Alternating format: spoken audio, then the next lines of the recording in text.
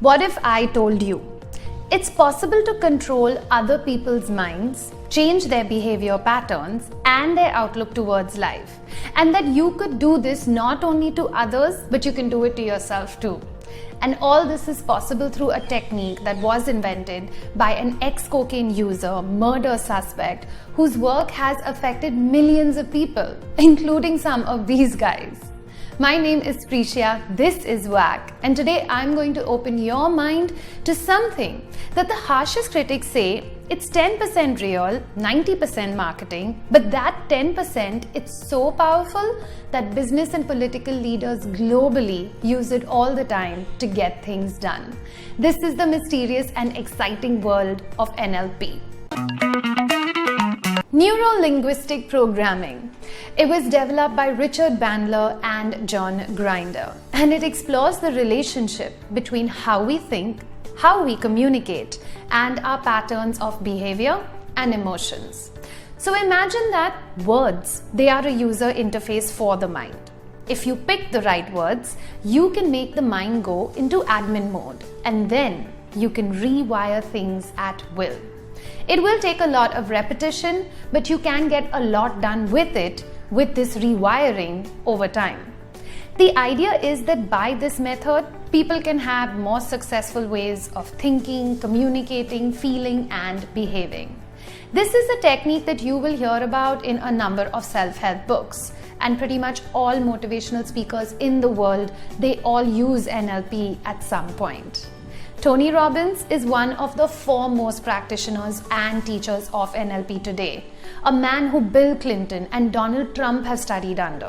When two men who went on to become the presidents of America have used this method and sought advice from him, one can only imagine what kind of power that yields. NLP trainers today say that it is an art, and it consists of over 100 techniques that you can use, but you have to consistently practice them, especially in your daily life, if you want to achieve those specific goals of development and communication. Now, these are techniques that you can use not just on yourself, but you can use it on others too. And experienced practitioners, they have used it to achieve their work-oriented goals. And even more experienced practitioners, especially psychiatrists, they use it in their therapy for disorders, depression, post-traumatic stress, and phobias. But today on WAC, we're not getting a PhD on NLP. I just wanted to share with you 3 simple techniques that you can use in your daily life, especially as a good communicator. These techniques, they can be used during a presentation in class, a job interview, or even if you are in the field of sales.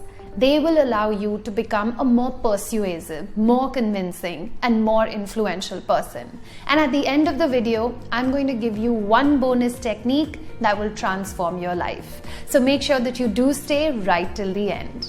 Yes, the techniques are there, but being an effective communicator and influencer, it's much more impactful than just reenacting a set of techniques. And that can only be done when you have mastery over a language. So before I go ahead with these NLP tips, if you do feel that you need to work on your English language skills, then let me tell you about an app that allows you to work on just that. Cambly is the only app in India that provides one-on-one private English classes with tutors from around the world. Not only will they help you practice on your English, but what I like is that they do it without any judgment, which I know it is something that a lot of you feel when you are speaking and practicing how to talk in English. Not just English, the app has other courses too. So let's talk to one of the teachers so you can even understand what the experience is like. Stacey, I wanted to ask you, do you get a lot of students from India? A lot of Indian students can speak fairly well in terms of normal conversational skills.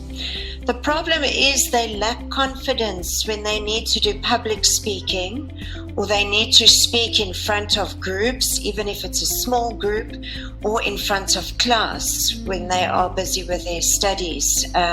Most of these students are university students, and so they're studying in English, and they can converse in English very well amongst each other. But when they need to, for example, explain an answer in front of the whole class, they freeze or they stress out and they can't think of the correct words. And so then everything just becomes very confusing in their mind. And yes, total fear of speaking in public. Do you think that neuro-linguistic programming can help someone in overcoming that as well, and to be just a more effective and confident communicator? Absolutely. Neuro-linguistic programming is very, very good in terms of changing old negative behaviors and adapting new thought patterns and new habits so that we can enhance qualities that or characteristics that we usually lack on. So for example, confidence and motivation. If we're lacking confidence, if we lack motivation, if we lack self-esteem, any negative qualities that we may have, you can use neuro-linguistic programming to alter those beliefs and enhance your positive characteristics and completely rid of the negative characteristics. Just for the tribe, use the code WACK and you will get 25% on any 3-month plan. When we communicate with someone, there are 2 roles that we play. You can listen or you can lead. By leading, I don't mean interrupting the conversation and being the only one talking, because then that's not a conversation but a lecture. What I do mean is guiding the conversation in a direction towards an outcome that you want. And so my first NLP technique is creating rapport. They say that people will not remember what you said as much as how you made them feel.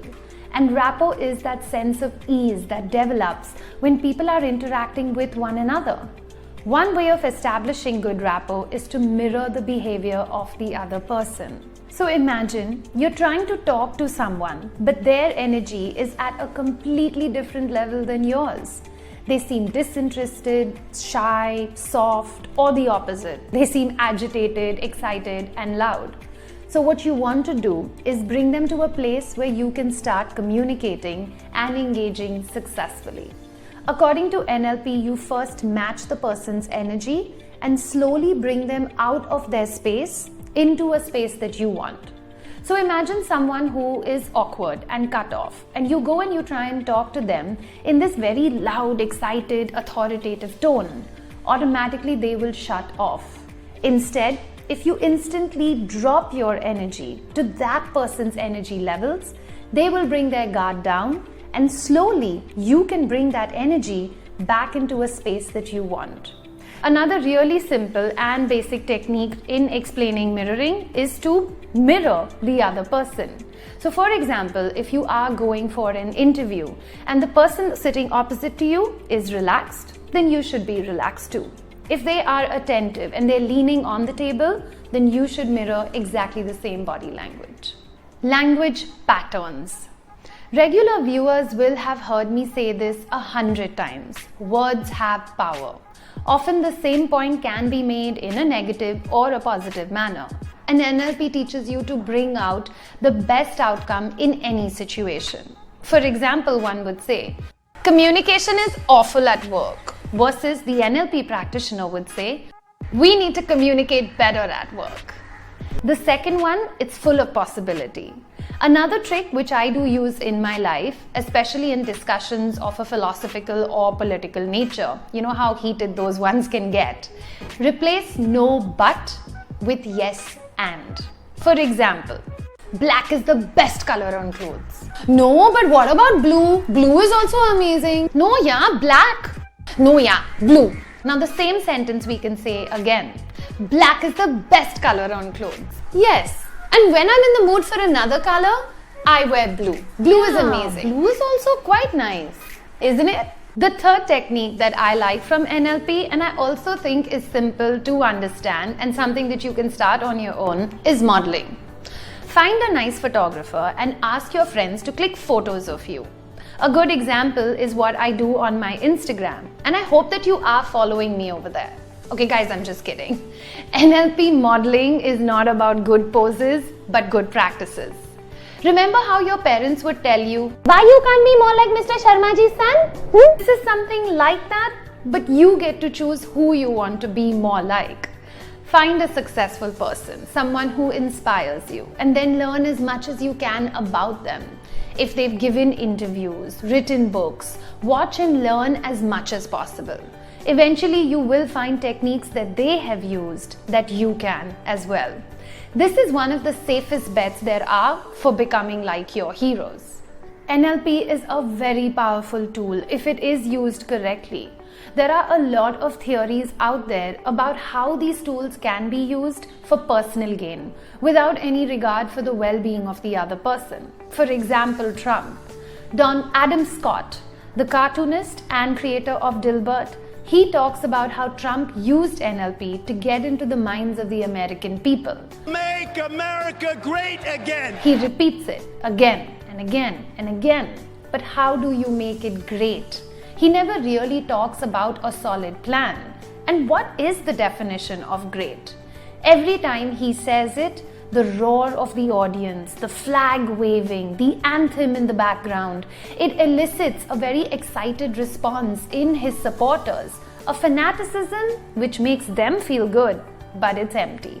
So the one bonus tip that I would like to leave you with, that is called as the Superman pose. I learned this from a body language expert, and this is something that I use very regularly before I get on stage. So trust me, it works. When you are in a very relaxed, confident mental space, and we're standing in an area that we feel in control of, one of the natural body poses that one does take is the Superman stance. Legs slightly apart, hands on the hip, chin slightly raised, and a pleasant smile on your face. Anyone standing like this is feeling good about themselves. Now here's the cool thing about the body-mind connection. Taking this pose puts the mind in a more confident space. So if you are going to walk into an interview or a viva or any situation where you could use some confidence, find a quiet corner. It could be a bathroom or a waiting area, and stand in this pose for a minute. You will be amazed at how the mind, it follows the body. Like I said in the beginning, a lot of people say that 10% of NLP is real and 90% is marketing. Most of the classes that I found in Bombay or online are expensive. And honestly, I felt that the people that were talking to me, they were not doing a good job of convincing me. Then kahe ka NLP if you can't even sell me your own program? So my advice is, if you are interested, there is a lot of information available for free on the internet. First, go through all of that, the videos, the articles, the podcasts. And after all of that, if you still want a personal trainer, then make an informed decision. My name is Freesia. I hope you guys have enjoyed this video. I'll catch you guys again very, very soon. Ciao. If you like this video, hit the bell icon and subscribe.